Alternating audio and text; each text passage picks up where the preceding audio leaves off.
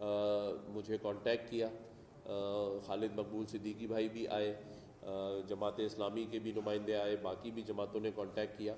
تو آج میں نے چیف منسٹر صاحب کو یہ خط لکھ دیا ہے جس میں یہ کہا گیا ہے کہ یہ آپ نے جو کمیٹی بنائی ہے اس کی وجوہات کیا ہے, اس میں جو آرڈرز ہیں سپریم کورٹ کے بھی اور ہائی کورٹ کے بھی, اس کے اندر جو ہے وہ یا تو آپ مختلف سیاسی جماعتوں کے یا کراچی کے جو اسٹیک ہولڈرز ہیں ان کو بھی شامل کریں تاکہ یہ پتہ ہو کہ آپ کیا کرنے جا رہے ہیں. ادروائز تو پھر یہ سارے لوگ اس پر آواز اٹھا رہے ہیں. این جی اوز نے بھی مجھ سے کانٹیکٹ کیا ہے, وہ بھی اس بات کے اوپر بڑے وہ ہیں کہ یہ پھر ریگولرائزیشن کے نام پر کہیں کراچی کے اندر مزید قبضے جو ہیں وہ ہونا نہ شروع ہو جائے.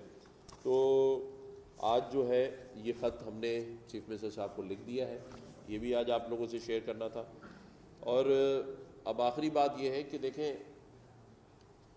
اس پورے صوبے میں اور پاکستان میں, اور خاص طور پر جو کراچی, کیونکہ پورے پاکستان کے لوگ یہاں رہتے ہیں, مہنگائی سے اور اس طوفان سے لوگ سمجھیں اس کے نیچے دب چکے ہیں. کوئی لوگوں کو پرسان حال نہیں ہے, کسی کو کوئی ریلیف نہیں مل رہا ہے. لوگ میرے پاس آ رہے ہیں, میں جاتا ہوں سحری کے اندر بھی لوگوں سے ملتا ہوں, یہاں پر بھی روزانہ 5 سے 6 ہزار لوگ آ رہے ہیں. ہر آدمی ایک ہی فریاد کر کے آ رہا ہے کہ مہنگائی کے طوفان میں وہ دب چکا ہے, روزگار کے مواقع ہیں نہیں.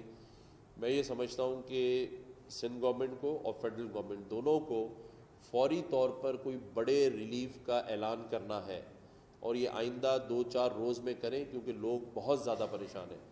لوگوں کی مالی حالات ادھار سے زیادہ چلے گئے, لوگوں کے گھروں پر جن سے انہوں نے ادھار لیا ہوا ہے وہ مانگنے آ رہے ہیں. کل ایک جو آپ کا کیمرہ مین ہے ایک نجی چینل کا, وہ میرے پاس آیا تھا, اس نے مجھے کہا ہے کہ مجھے 2 دن کا میں آپ کے ساتھ بات کر کے جا رہا ہوں, اگر میرے مسائل میرے چینل نے حل نہیں کیے یا کوئی مجھے سپورٹ نہیں ملی تو میں اپنے بچوں کو اور اپنے آپ کو زہر دے دوں گا. مطلب اس حالات پر ہم کھڑے ہیں, اور یہی حال کراچی کے اور پورے صوبے کے لوگوں کا ہے.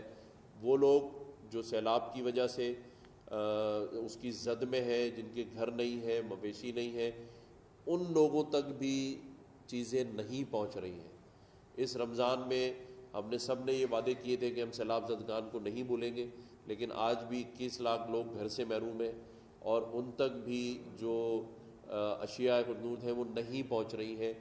انٹیریئر سے بھی لوگ ٹیلی فون کر رہے ہیں, ہماری جو 1366 لائن ہے, لوگ کہہ رہے ہیں ہمیں سحری کے اندر جو ہے وہ کھانے کے لیے نہیں ہے.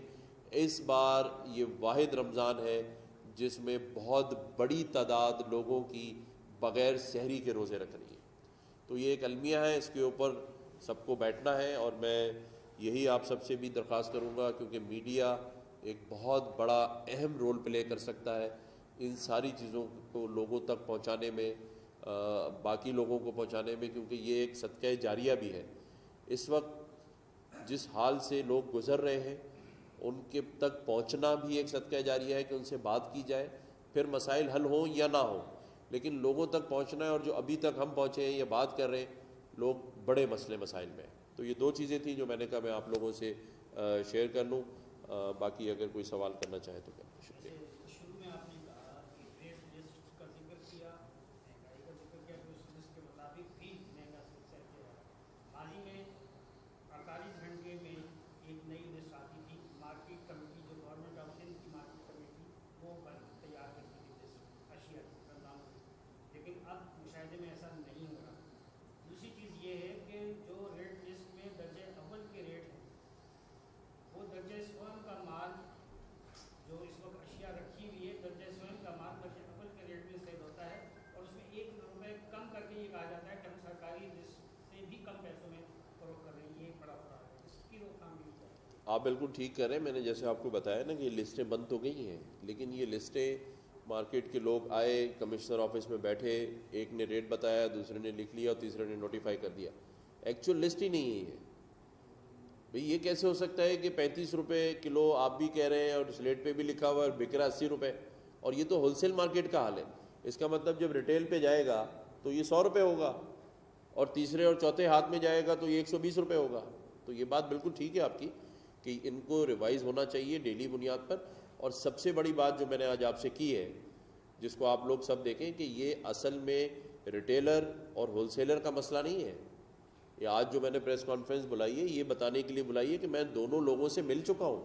کل میں نے پورے ہول سیلرز کو بلایا ہوا تھا, ریٹیلرز کو بلایا ہوا تھا. میں نے 2-3 گھنٹے لگائے اس کے اوپر, اور اس کے بعد اس نتیجے پہ پہنچاؤں کہ جن لوگوں کو سپلائی ہول سیلرز کو مل رہی ہے, ادھر سے تو آپ دیکھیں کہ کیلے کیا ٹن کے یا اس کے حساب سے ان کو دیا جا رہا ہے, کیا پر کے جی جو ہے وہ پیچھے سے چیزیں مل رہی ہیں. تو فلڈ آیا تھا, اگر اس بار اس کی گروتھ کم ہوئی ہے تو اس کا یہ مطلب تھوڑی ہے کہ آپ اس کمی کا فائدہ اٹھا کر آپ ریٹ آسمان پر لے جائیں. وہ تو دونوں لوگ جو ہے ہول سیلر اور ریٹیلر, انہوں نے تو ہاتھ کھڑے کر دیے.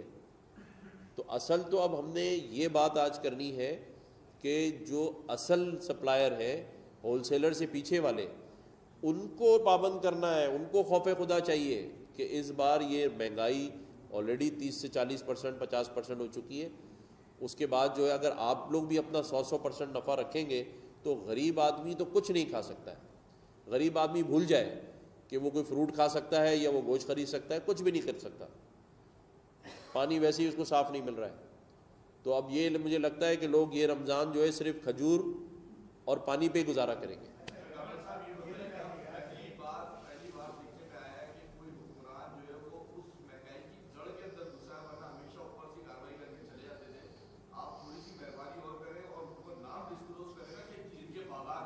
دیکھیں جی,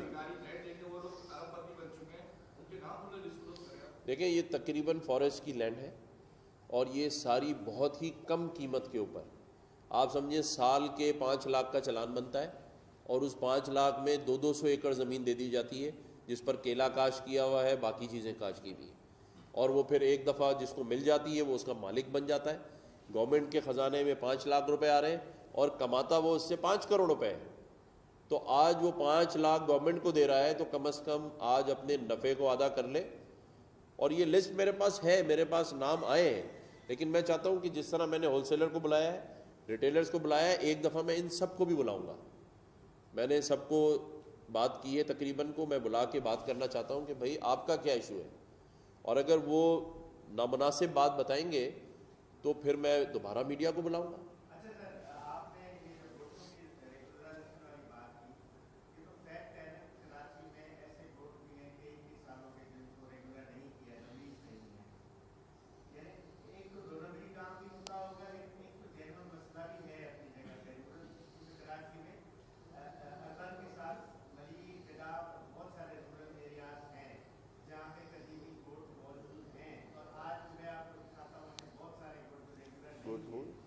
جو قدیمی گوٹ کی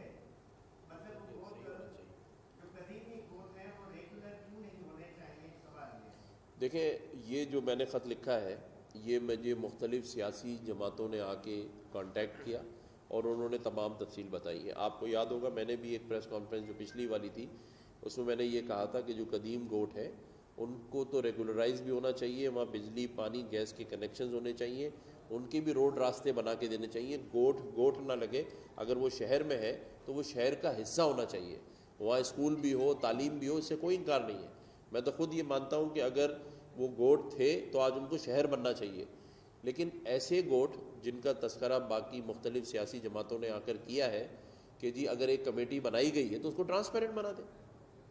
مطلب ایشو یہ تھوڑی ہے کہ آپ گوٹ کو ریگولرائز نہ کریں, ایشو یہ ہے کہ آپ نے ایک ہی کمیٹی میں ایک ہی پارٹی کے سارے لوگ ڈال دیے جس پر مختلف سیاسی جماعتوں کو اعتراض ہے. اور وہ اعتراض میں سمجھتا ہوں ان کا بالکل جائز ہے کہ اگر ایک ٹرانسپیرنٹ چیز کرنی ہے, جیسے آپ نے بتایا کہ اگر ایک قدیم گوٹ ہے تو اس کو پہ کس کو اعتراض ہوگا. اگر 3-4 لوگوں کو ڈالا ہے ایک ایک سیاسی جماعت سے آپ ڈالیں, اور کچھ کراچی کے ایسے لوگ بھی ڈالیں نوٹیبل. میں تو کہتا ہوں ایک نام کراچی پریس کلب سے لیں, عاجز جمالی صاحب کا نام ڈالیں اس میں لسٹ میں, تاکہ آپ بتا سکیں کہ جی کون سا قدیم گوٹ ہے اور آپ کو یہ پتا ہو کہ کون سا بنایا جا رہا ہے. بس اتنی سی بات ہے اس کے اوپر. شاید آپ یقیناً ٹی وی دیکھ رہے ہوں کہ اتنی بڑی مہنگائی اور اتنے بڑے معاملے پر جب ٹی وی چینل کھولو تو اس میں صرف مہنگائی کی کوریج 2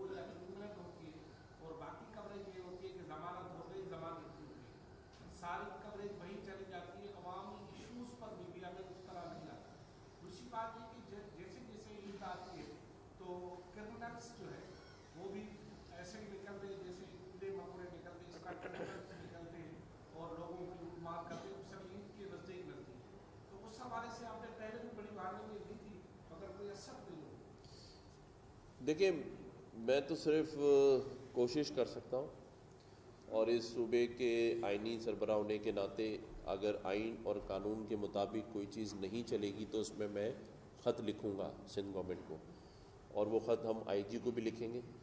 جس طرح میں نے کہا کہ ایک اور خط ابھی بنا رہے ہیں، کل تک فائنل ہو جائے گا، جس پر ہم سندھ گورنمنٹ کو یہ ایڈوائز کر رہے ہیں کہ آپ 35 سے 40% لوگوں کی تنخواہ بڑھائیں، کیونکہ اگر ہم ریلیف نہیں دے سکتے تو تنخواہ تو کم از کم بڑھا سکتے ہیں نا.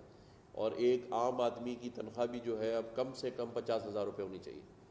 اب یہ 20,000 اور 25,000 میں گزارے نہیں ہو سکتے، اور اسٹارٹ ہی 50,000 سے ہو. تو یہ ہم خط لکھ رہے ہیں، اور اب بجٹ کیونکہ آ رہا ہے اس میں ڈالنا چاہیے، ٹھیک ہے نا. تو ایڈوائز کرنا، کوشش کرنا میرا کام ہے. میں لوگوں کے جو مسائل ہیں اگر ہمارے پاس آتے ہیں تو اس کے، میں نے جیسے کہا کہ سندھ گورنمنٹ اور ان لوگوں کے درمیان بھی برج کا کردار ادا کرنا ہے. میری کوئی سندھ گورنمنٹ سے ناراضگی نہیں ہے، مطلب میرے سب سے اچھے تعلقات اس وقت سندھ گورنمنٹ سے ہیں.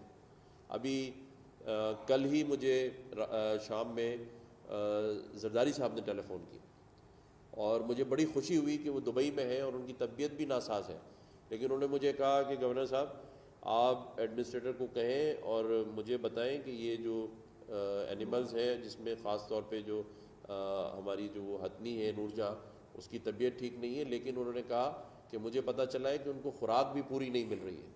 تو اگر کوئی بجٹ کا ایشو ہے تو آپ فوری طور پہ PC1 بنائیں. میں اپنی لوگوں سے کہتا ہوں کہ اس میں کوئی کمی نہیں آنی چاہیے. تو دیکھیں یہ ایک پازیٹیو بات ہے، ہر آدمی کو یہ ہو کہ بھئی ان کو اتنا احساس ہے وہاں بیٹھ کے بھی، وہ کہتے ہیں کوئی جانور کو بھی معاملات برے نہ ہو. تو اگر اس کے بعد ہمارے جو لوگ ہیں جو منافع خوری کر رہے ہیں، یا جو لوگوں کو اس مشکل حالات میں بھی مہنگائی کے نیچے دبا رہے ہیں، یا اسٹریٹ کرائم میں بات کر رہے ہیں، تو ہم اس پہ بھی انشاءاللہ ایکشن لیں گے. اور میں زرداری صاحب کو بھی ہم پورا بنا کے بھیجیں گے کہ جی جو جائز چیز ہے اس کو امپلیمنٹ ہونا چاہیے. اور میں سمجھتا ہوں زرداری صاحب سے جب بھی میری ملاقات ہوئی ہے انہوں نے ہمیشہ پازیٹیو جسٹر دیا ہے. وہ خود چاہتے ہیں کہ ہر جگہ پر، جب میں نے ان سے بات کی تھی کہ عباسی شہید کے اندر بجٹ نہیں ہے، سوبراج میں بجٹ نہیں ہے، تو اس وقت بھی انہوں نے مجھے کہا، اور میں نے ایڈمنسٹریٹر صاحب کو کہا ہے، انہوں نے بنا لیا ہے، انہوں نے کہا مجھے فوراً بھجوائیں. اگر جہاں جہاں لوگوں کی مدد ہو سکتی ہے، جہاں پر فنڈز کے ایشوز ہیں، اس کو ہم پورا کریں گے. تو میں سمجھتا ہوں بات یہ ہو رہی ہے کہ سندھ گورنمنٹ اور گورنر ہاؤس کی بات نہیں ہو رہی، بات یہ ہو رہی ہے کہ بیچ کے جو گیپ ہے یا جو لوگ ہیں وہ اس چیزوں سے فائدہ اٹھا رہے ہیں. تو جہاں جہاں ہمیں پتہ چلے گا ہم سندھ گورنمنٹ کو بتائیں گے، جہاں سندھ گورنمنٹ کو کوئی ایشو ہوگا وہ ہمیں بتائے، تاکہ ہم مل جل کر اس سسٹم کو ٹھیک کریں اور لوگوں کو ریلیف دیں.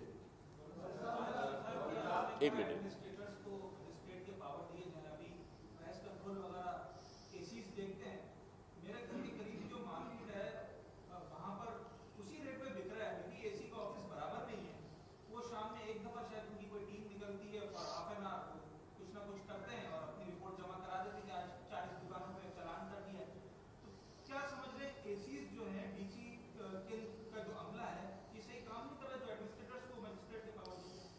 نہیں میں یہ نہیں کہہ رہا ہوں، آپ میری بات کو سمجھیں. میں یہ کہہ رہا ہوں جب آپ نے 27-28 لوگوں کی بھی ڈیوٹی لگائی ہے، تو جو ایڈمنسٹریٹرز یا DMCs کے سٹافز ہیں جو کہ گراؤنڈ پر موجود ہوتے ہیں، یا بلدیہ عظمیٰ کا سٹاف ہے، اس وقت تو پورے شہر میں اور پورے صوبے کے اندر، میں صرف یہیں کی بات نہیں کر رہا ہوں، پورے صوبے کے اندر ہمیں پوری ٹیمیں چاہیے.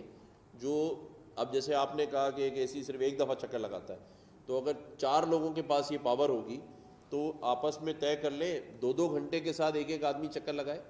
اصل مقصد کیا ہے کہ پوری مشینری کو لوگوں کی فلاح بہبود اور ریلیف کے لیے استعمال کرنا ہے. یہ والی وجہ نہیں ہے کہ میں پاور نہیں دے رہا، یہ نہیں کر رہا. بھائی صرف رمضان کی بات میں کر رہا ہوں کہ کم از کم اس ماہ رمضان میں لوگوں کو مجسٹریٹ کی پاور دیں. آپ کے پاس پوری بلدیہ بیٹھی ہے، آپ کے پاس پورا DMCs بیٹھی ہیں، ایڈمنسٹریٹرز بیٹھے ہیں، تو آپ لوگوں کو یہ پاور دے دیں تاکہ لوگ جائیں اور اس کا رزلٹ دیں. اور بلکہ 2 لوگ 3 لوگ ساتھ جائیں، تاکہ یہ بات بھی ختم ہو جائے کہ ایک AC جو ہے وہ غلط چیز کر رہا ہے تو اس کے ساتھ اس کے بیک اپ میں 2 ڈپارٹمنٹ اور بھی موجود ہوں. گورنر صاحب اسٹارٹ میں جو ہے وہ آپ بہتر طریقے سے کام کر رہے ہیں، جس طرح شاکر صاحب نے بھی کہا کہ آپ مستقبل کے گورنر کے لیے مشکلات پیدا کر رہے ہیں، پھر وہ اگر اتحاد کا رونر ہوئیں گے تو ہم آپ کی مثال دیں گے ان کو. لیکن اسٹارٹ میں جب آپ آئے تو خان صاحب نے آپ کو تنقید کا نشانہ بنایا، آپ نے یہ ثابت کر کے دکھایا کہ آپ عوامی گورنر ہیں. لیکن اب شبلی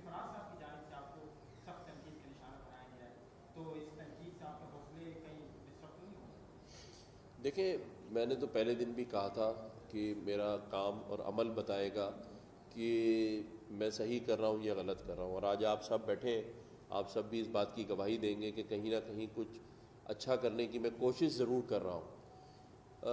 میں نے کبھی بھی ان کے کسی شخص کی بات کا جواب نہیں دیا، بہت سارے ان کے لوگوں نے الزامات لگائے ہیں، لیکن میں تو یہ صرف جانتا ہوں کہ آج جو عمران خان کر رہا ہے وہ صرف پاکستان کو کمزور کر رہا ہے، اور یہ انٹرنیشنل ایجنڈا ہے۔ آج میں آپ کو بالکل ایک سچے پاکستانی کی حیثیت سے بتا رہا ہوں، ان کو پاکستان میں سوائے اس شخص کے کوئی دوسرا مل نہیں رہا تھا، کیونکہ یہ دنیا میں یہ اصول ہے کہ جس ملک کو بھی کمزور کرنا ہو تو اس کی افواج اور اس کی اسٹیبلشمنٹ کے اوپر بات کی جائے۔ آج آپ مجھے بتائیں دنیا کے کس ممالک میں، ایک کی مثال دے دیں، چاہے وہاں صحیح ہو یا غلط ہو، ترقی پذیر ممالک کی بھی مثال آپ دے دیں، اور کسی ایسے ملک کی بھی جو ہم سے نیچے ہوں، جہاں کی افواج اور اس کی اسٹیبلشمنٹ کے بارے میں جس طرح عمران خان بات کرتا ہے، کوئی دنیا میں سیاسی لیڈر بات کر سکتا ہے؟ آپ کیا سمجھ رہے ہیں کہ جو لوگ آپ کی سرحدوں کی حفاظت کرتے ہیں، آج آپ ان کو جس طریقے سے نشانہ بنا رہے ہیں، یہ سوائے ایجنڈے کی کوئی چیز ہی نہیں ہے، اور اس کی پروٹیکشن بھی کی جا رہی ہے۔ آج آپ بتائیں کوئی ایک شخص کسی ملک کی افواج کے بارے میں بات کرتا ہے، پوری قوم کھڑی ہو جاتی ہے، یہاں سوشل میڈیا کو استعمال کیا جا رہا ہے تاکہ وہ اس کی تعریفیں کریں، بلکہ ان لوگوں کو اور پروموٹ کیا جا رہا ہے جو اسٹیبلشمنٹ اور فوج کے خلاف بات کر رہے ہیں۔ تو یہ ایک سازش ہے، آپ لوگوں کو ہمیں دیر سے اندازہ ہوگا کہ ہمارے ملک کو کہاں لا کے اس شخص نے کھڑا کر دیا ہے۔ یہ غدار پاکستان ہے، میں آپ کو سچ بتا رہا ہوں، میں کسی سیاسی بات سے ہٹ کر بات کر رہا ہوں، ایک پاکستانی ہونے کے ناطے سے بات کر رہا ہوں، یہ میرا اللہ جانتا ہے، میرا کوئی سیاسی اختلاف اس شخص سے نہیں ہے، نہ میں بحیثیت گورنر، میں تو ساری جماعتوں کا صوبے میں گورنر ہوں، لیکن میں آپ کو سچ بتا رہا ہوں کہ عمران خان غدار پاکستان ہے، یہ انٹرنیشنل ایجنڈے پر ہے، اور اس کی مثال آپ لے لیں۔ آپ مجھے بتائیں پروفیسر اسرار صاحب جو ہیں، کیا وہ سیاسی شخص تھے؟ انہوں نے پہلے ہی پیشن گوئی کی تھی کہ یہ آئے گا اور 3.5-4 سال حکومت میں رہے گا اور یہ پاکستان کے خلاف کام کرے گا۔ ایدی صاحب نے یہ بات پہلے سے کی، آپ بتا دیں، ستار ایدی صاحب تو نیوٹرل آدمی تھے نا، تو یہ وہ لوگ ہیں جو محب وطن تھے۔ تو اگر محب وطن پاکستانی تھوڑا سا اپنا دماغ استعمال کریں جذبات سے ہٹ کے، تو جو شخص 1 کروڑ نوکریاں اور 50 لاکھ گھر کا جھوٹا وعدہ کر کے آپ پر مسلط کیا گیا ہو، اور آج ایک سوشل میڈیا کے ذریعے آپ کا مائنڈ سیٹ بنایا جا رہا ہے، ہماری یوتھ بیچاری ظاہر جذباتی ہے، جب یہ شخص کھڑے ہو کے لوگوں پہ الزامات لگاتا ہے تو لوگوں کو انٹرسٹ ہوتا ہے اس میں۔ ایک کرکٹر رہا ہے، یہ اسٹار رہا ہے پاکستان کا، لوگ اس کو سنتے ہیں، اس میں کوئی دو رائے نہیں ہے، لیکن اسی لیے اس کو چوز کیا گیا ہے۔ کبھی بھی کسی ملک میں اگر کوئی سازش کی جاتی ہے تو اس ملک کے کسی ایسے اسٹار کو ہی چنا جاتا ہے جس کی فالوئنگ ہو۔ تو یہ ایک کرکٹ اسٹار تھا، اس کو اسی لیے چوز کیا کہ پہلے اس کو پرائم منسٹر بنایا، اور آج اس کو پاکستان کی افواج کے خلاف استعمال کیا جا رہا ہے۔ پاکستان کے پاس جو ایٹمی طاقت ہے، اس کے پیچھے جو کچھ ایسے لوگ ہیں دنیا میں جو نہیں چاہتے کہ پاکستان ایک مضبوط ریاست ہو، اس چیز کو یہ شخص دوسری طرف لے جا رہا ہے۔ اور میں سمجھتا ہوں کہ لوگ بشعور ہیں، ان کو خود سوچنا ہے۔ اب میں تو دیکھیں، میں یہ بات ہی نہیں کر رہا کہ سیاسی طور پہ 100 اختلاف ہو سکتے ہیں، ہم سیاست بعد میں کر لیں گے، پہلے پاکستان کو رکھیں اور یہ ڈیسائیڈ کر لیں کہ جو ایجنڈا یہ لے کے چل رہا ہے اور اس کے پیچھے کون سی طاقتیں ہیں جو اس کو گرفتار بھی نہیں ہونے دے رہی۔ یہ بھی ایک سوال ہے، کون سی طاقت ہے وہ جو اس کو گرفتار نہیں ہونے دیتی، اور یہ دندناتا بھی پھر رہا ہے، اور ہر روز ایک پریس کانفرنس میں اسٹیبلشمنٹ۔ دیکھیں، یہ کسی بھی سیاسی جماعت کو کچھ بھی کہے، گالیاں بھی دے دے، مجھے بھی دے دے، میری سیاسی جماعت کو بھی دے، میں کبھی اس کا جواب نہیں دوں گا، لیکن اگر یہ پاکستان کی سالمیت والے اس ادارے کو جو ہماری سرحدوں کی حفاظت کرتا ہے، ہمارے بچے سکون سے سوتے ہیں جب ہماری افواج، ہماری نیوی، ہماری ایئر فورس اس میں راتوں میں جاگ کر حفاظت کرتی ہے، یہ شخص آج افواج پاکستان پر،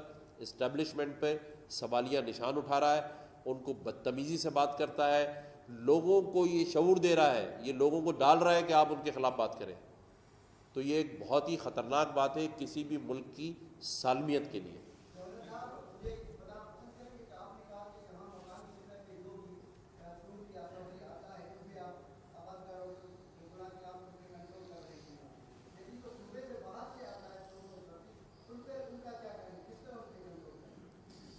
دیکھیں یہ تو کام ہے ایگزیکٹو کا کہ وہ اس کو کنٹرول کرے. میرا کام ہے جیسے آپ نے ابھی اس بات کی طرف توجہ دلائی تو میں یہ بھی لکھوں گا اور جب میں ان کے ساتھ بیٹھوں گا تو ہم کہیں گے اس کے اوپر بھی بات کریں. دیکھیں اصل تو یہ چیز جو ہم اور آپ کر رہے ہیں یہ ایگزیکٹو کا کام تھا کہ اس کو پہلے سے ہی ان ساری چیزوں کو نظر میں رکھتے ہوئے ہم چیزوں کو آگے لے کے چلتے. لیکن چلے کسی بھی وجہ سے آج رمضان آ چکا ہے, یہ جو میں باتیں کر رہا ہوں یہ الزام تراشی تھوڑی ہے. آپ چلے جائیں میرے ساتھ چلتے ہیں, آج ہم چل کے افطاری خرید لیتے ہیں 5 لوگوں کی. آپ کو 5,000 کا نوٹ چاہیے تو اگر ایک عام آدمی, یہ عام چیز ہے نا, یہ کوئی جاپان کی مشین تھوڑی خریدنے جا رہے ہیں مارکیٹ میں, یہ ہم کوئی ٹی وی تھوڑی خریدنے جا رہے ہیں کہ چائنا کا لے لو بھائی. یہ تو عام ایک ٹھیلے کے اوپر ہر آدمی افطاری کرنے کا خواہش رکھتا ہے. روزہ ہے, آپ کا مذہب کا یہ مہینہ ہے, تو آپ بتا دیں مجھے کہ کیا 300 روپے 600 روپے اور 800 روپے اور 1200 روپے. کل مجھے ایک ایسا آدمی جیسے صاحب حیثیت ہے, اس نے کہا کہ یار میرا دل چاہا کہ میں فروٹ چاٹ میں انار ڈلوا لوں. مجھے خود سنایا انہوں نے, اس نے کہا میرا ڈرائیور جا کے انار لے کر آیا, ایک انار 500 روپے کا. بولتے ایک لایا, کہتا میں نے تو 500 دیے تھے کہ 1-8 کلو انار آ جائے گا. کہتا 500 روپے میں ایک انار ملا ہے. تو انار تو چھوڑ دیں, اس کی تو میں بات ہی نہیں کر رہا. ہم تو کیلا کھانے والے لوگ ہیں, پپیتا خربوزہ تربوز, اسی کے اوپر آپ دیکھ لیں کہ کیا حالت ہے. تو ہم کوئی ایسی بات تھوڑی کر رہے ہیں کہ جو الزام ہے. میں تو یہ کہہ رہا ہوں کہ اسے ہمیں مل کر سیٹل ڈاؤن کرانا ہے تاکہ عوام کو ریلیف مل سکے. شکریہ.